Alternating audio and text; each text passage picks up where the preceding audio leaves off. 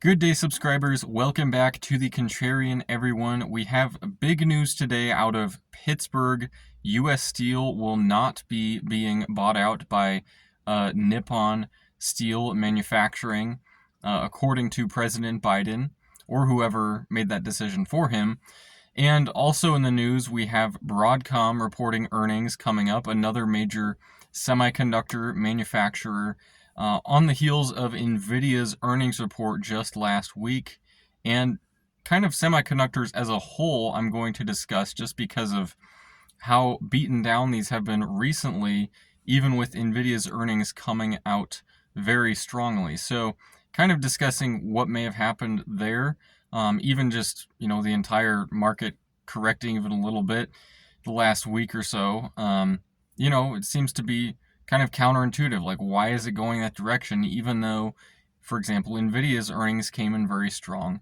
So, first off, with US Steel not going through, I mean, maybe that was something they thought of beforehand, but it appears that the market really was not pricing that in because US Steel, the stock is down some 15 to 20% after this news just broke today that Biden is not going to allow basically a foreign national manufacturing steel manufacturing company to acquire US Steel.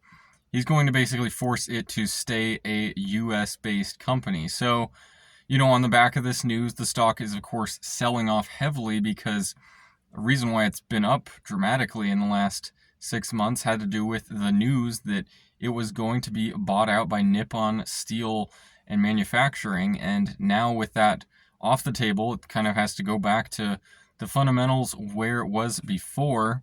Of course, on the back of this, we could see a lot of, news maybe go back and forth a bit, but, it does appear that US Steel is kind of back to the drawing board in terms of maybe they try to find some other US-based steel company that would want to acquire them.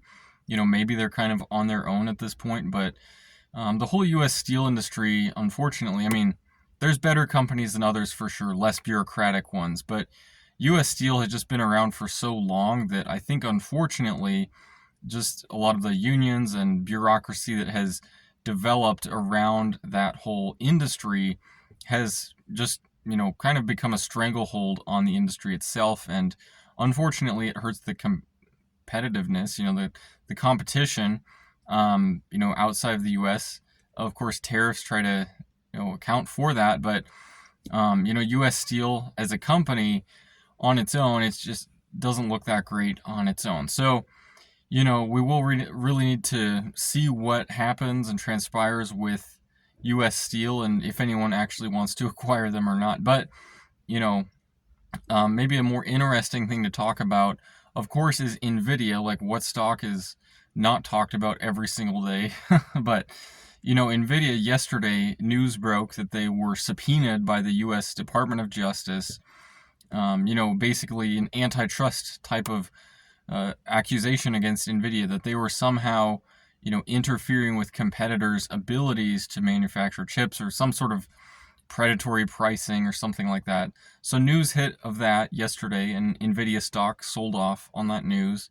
And then today, just a few hours ago, it came out that Nvidia didn't actually receive a subpoena from the US DOJ. So, it appears that there's either some fake news out there regarding Nvidia being, subpoenaed. It may have actually not been. But, on the other hand, maybe there's some sort of confusion or misinformation the other way. Maybe Nvidia was actually subpoenaed and they are denying it now.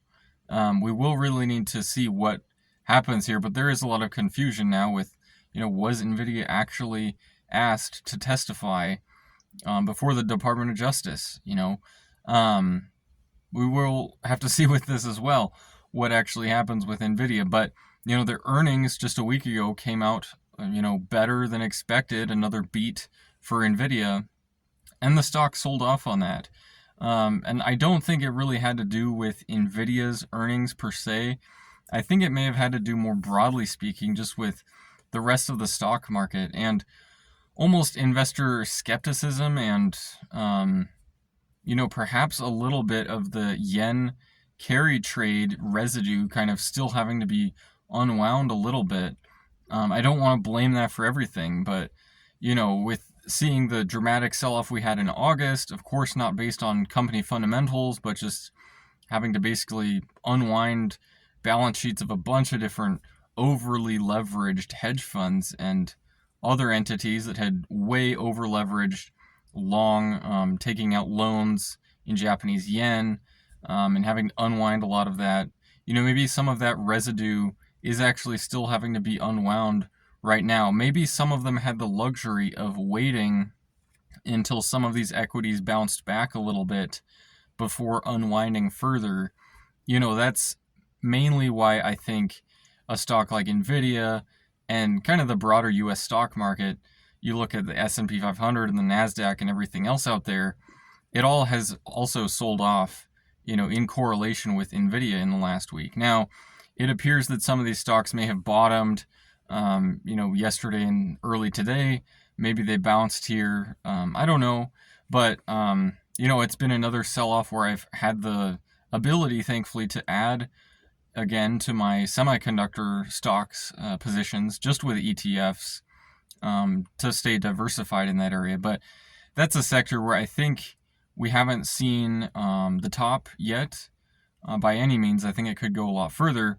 And I've actually been adding to small caps again. Again, just another sector I think has a lot of catching up to do. Kind of a different story than semiconductors. I mean, they've definitely been the leaders so far, but I think the leaders will continue to lead, but I do also think that semiconductors can play catch up in a big way. So that's how I've personally been using this pullback, is just been adding more the last couple of days. But we will see with Broadcom. They're reporting earnings in about a day from now.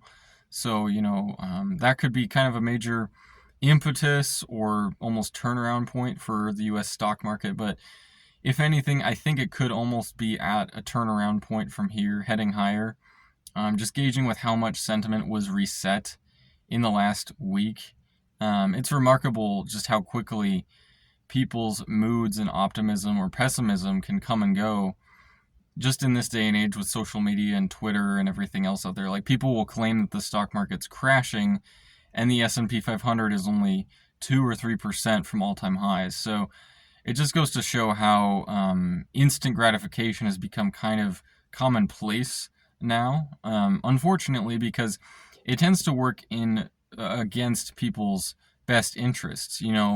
Like, they may have sold, in the last few days thinking that the market's heading much lower, when in fact they should actually be getting back in. Or, I'm not saying what they should do, but being a contrarian, going against the crowd would actually suggest, oh, you should get in if people are starting to be fearful and skeptical and saying that the top is in and everything like that. Spoiler alert, if it was actually the top, you would see the exact opposite sentiment-wise. You'd see everybody being overly bullish. You'd see the fear and greed indices completely opposite where they have been. And yeah, on the financial Twitter space, I mean, the bears probably will have gone into hiding at that point. When we actually do reach the top, they'll be just kind of confused at that point. Maybe some of them will have flipped to being long, actually, some of the perma bears out there.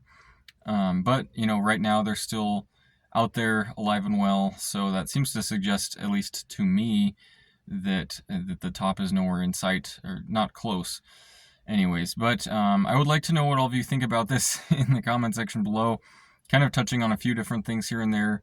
US steel industry, what can I say? It's a difficult industry to invest in right now.